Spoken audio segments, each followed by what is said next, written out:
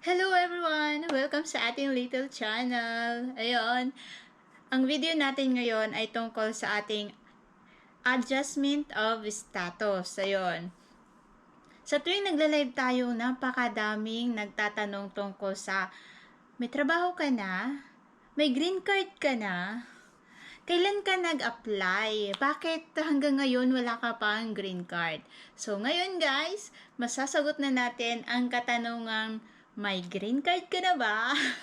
Kasi guys, ngayong February 5, 2025 ay nakatanggap tayo ng napakagandang balita. Ito ay ang pagkaka-approve ng ating adjustment of status. Sa wakas guys, 6 months na pag-aantay natin ay nakatanggap na rin tayo ng approval. Yon. So, paano ba namin nalaman na kami ay approved na sa aming adjustment of status? Una, February 5, alas 9 ng umaga, tiningnan ko ang aking USCIS account at talagang active review pa rin ang nakalagay doon.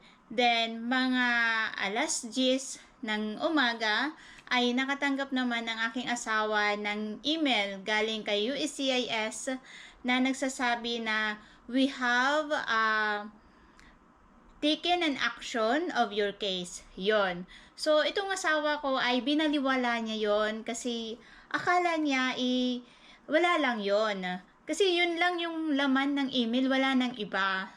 Then, nung nasa trabaho na siya, nag-iisip siya, bakit sila nag-email ng ganon? So, ako naman kasi, kahit alam ko naman na pag nakatanggap tayo ng ganon, ibig sabihin, clone na yon na tayo ay ma-approve na. Kasi, matagal na po tayong nasa stage ng case decision na November pa ng 2024. So, nung nasa trabaho na siya, trinay niyang i-open ang aming USCIS account. Yon. At doon niya nalaman na alas 2 ng hapon kami ay approve na sa aming adjustment of status. Yon. Bakit ba hindi ko mabuksan ang aming USCIS account dito sa bahay? Kasi guys, sa aming USCIS account, ang ginamit namin ay ang USCIS account namin noong K1 Visa. At doon sa K1 Visa, ang ginamit naming email ay email ni Josawa at saka cellphone number ni Josawa. So, nung nagkaroon kami ng NUWA 1 ng adjustment of status, ay ginamit namin yung USCIS account namin sa aming K1 Visa. So, in-add case namin doon sa I-129 namin ang amin I-485.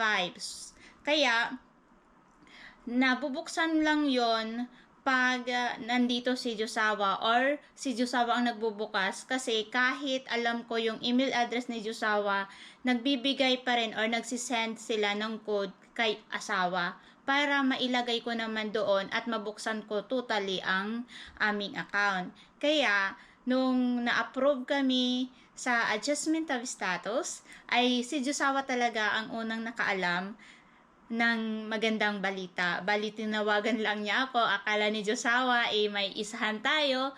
Kasi ang pagkakasabi niya na nakatanggap ako ng email galing kay USCIS na nagsasabi na we have taken an action. Ako naman, sabi ko, okay yan, maganda yan. Kasi approved na yan. Sabi naman ni Josawa, bakit tumang-tuwa ka? Baka naman, may nangyari, RFE, ganyan. Sabi ko naman, alam ko yung process. So, ang alam ko dyan, pag nakatanggap tayo ng ganyan, we have taken an action of your case, ibig sabihin, ang susunod niyan ay approve na. So, hindi na ako pinatapos ni Josawa dyan. Sabi ni Josawa, stop. I have another news. Sabi niya, we are approved in our USCIS account. Ayun. Kaya tuwang-tuwa kami ni Josawa kasi napakatagal na ng aming pag-aantay na ma-approve kami kasi may mga plano kami na hindi namin magawa dahil wala tayong adjustment of status at hindi tayo nag-apply ng working permit. So, ngayon, lahat ng mga plano natin magagawa na natin. So, guys, inuulit ko, approve na po tayo sa ating adjustment of status at no RFE. Yon. Ngayon, aantayin na lang natin kailan darating ang ating green card dito sa bahay. Ayun. Thank you guys. At sana kung nagustuhan niyo ang aking video, pa-like, share, comment, at pa-subscribe naman para mas lumaki ang ating channel. Thank you guys. Bye-bye!